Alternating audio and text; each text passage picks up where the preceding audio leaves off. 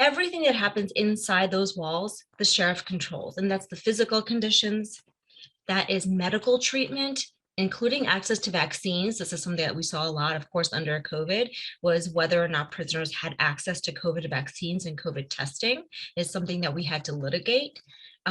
Medically assisted treatment and addiction treatment. A lot of people in our county jails do suffer from addiction, and it is up to the sheriff whether or not to offer treatment or whether to just let people detox on their own.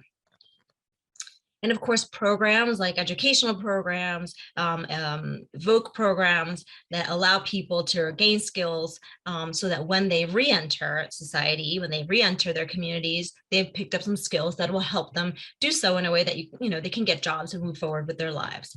And of course, in county jails, the maximum sentence you can serve at a county house of correction is 2.5 years. So these are not people who are serving life sentences. They are our neighbors, friends, and loved ones who are going to come back to our communities. And what happens in those, 2.5 years maximum that they are in that jail? What kind of skills are they picking up? What kind of programs are available to them? And then access to visitors and attorneys. This may not seem important, but we know from the data that the more people who are incarcerated have access to visitors, to phone calls, to their attorneys, to people on the outside, the better they do when they re-enter.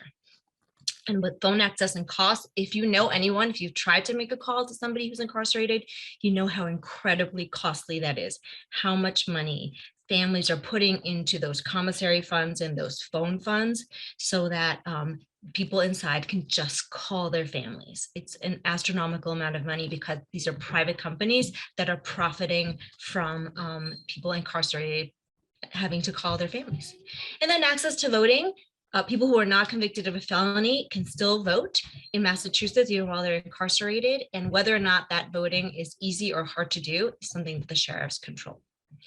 And if we do have immigration detainees, those conditions are part of what the sheriff can do.